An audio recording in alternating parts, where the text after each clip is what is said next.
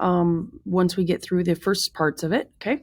So right now we're talking about primary sources and secondary sources and tertiary, I can't say that word. Okay. It's like the third source. Okay. Primary, secondary, and tertiary source. Okay. So we really are only going to be focused on the primary and secondary though. So the other one is just to kind of give you a teeny bit of information here. So primary sources, those are like original documents, creative works, artifacts. I'm just reading along this, you guys. They're created during a specific period. It's eyewitness. It's like the things that show you that something did happen. And like right here, it says original documents, diaries, letters, speeches, autobiographies, interviews, film documents, official records, and newspaper and journal articles. So this is like the stuff that really truly proves that something happened. And it gives the most detailed and most accurate information for the most part. Okay, and then you have your secondary sources, and these are created later by someone who did not experience firsthand the events that are being researched. Okay, so it's like interpretations, analysis of primary sources, images, quotations, and here's some of the examples would be publications, newspaper, magazine, journal articles, histories, biographies, textbooks, and web pages. All right, and tertiary, I think I'm saying it right finally, tertiary sources provide an overall or summary of primary and secondary sources, such as an encyclopedia, almanac, timeline, and a dictionary. I didn't really pull any of those out right now because we're not going to focus most on those as much. So the second page is blank on purpose. So don't stress that. It is blank on purpose, at least on the online one. All right, so right here, I've provided you guys with a secondary source, and this is for question number 2. So what I want you to do is read this. This is about Mary Conover Lyons.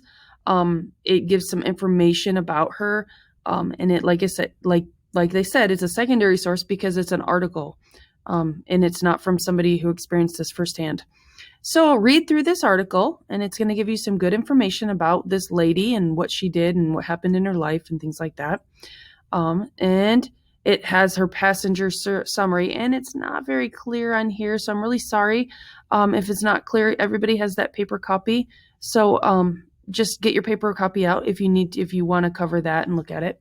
I can try and see if I can find that link, and I'll attach it to the lesson just so that you guys have that, if I can find it, okay? And then we also have information about this person that she married. Gives a little bit more information. So anyways, that's the information for your secondary source.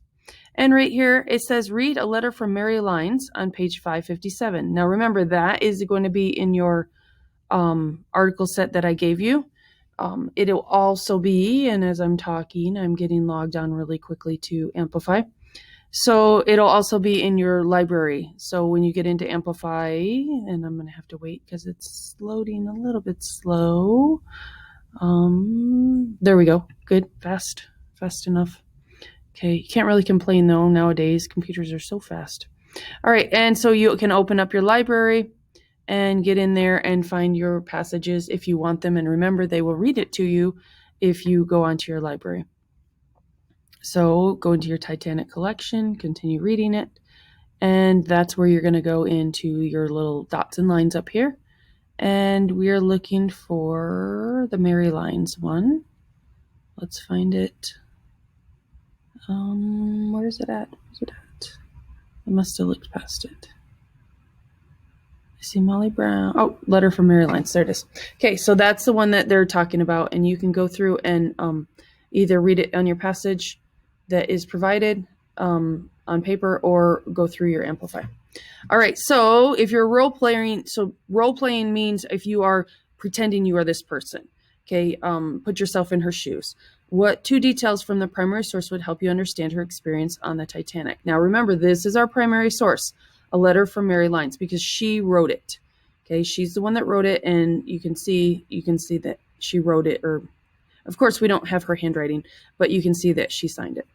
Which is showing that this is something very firsthand. All right, so what you're going to do is you're going to think about this and you're going to go back and you're going to find 2 details from the primary source that'll help you understand her experience of the Titanic. Now you are welcome to highlight and write in those passages that I gave you. Okay, they will help you. So we're looking for 2 details. And then number 2, if you are role playing, if you're putting yourself in her shoes, what 2 details from the secondary source? Secondary source means go through this source right here, the one that's labeled secondary source. Okay, and you're going to go through that one, and you're going to understand, give me 2 details that are going to help her understand her experience on the Titanic.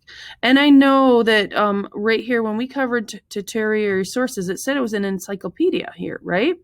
Well, this information here is also, the information I gave you is a publication that came from a secondary source.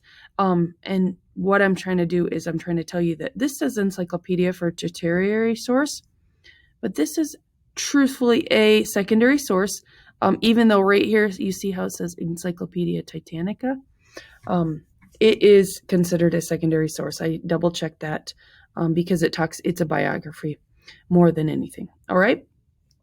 So we are on track with it being a true secondary source. All right. And number 3, what's one way reading a letter written by Mary Lyons help you to understand her experience? So explain to me, how does reading this letter help you understand what she felt and how she felt and what she experienced and everything that she went through?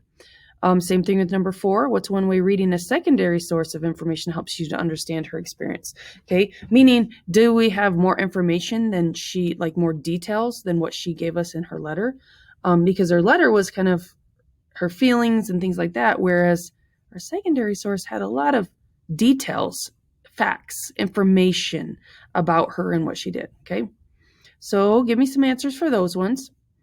And then right here it says, once your teacher has helped you find your passenger, complete your passenger profile.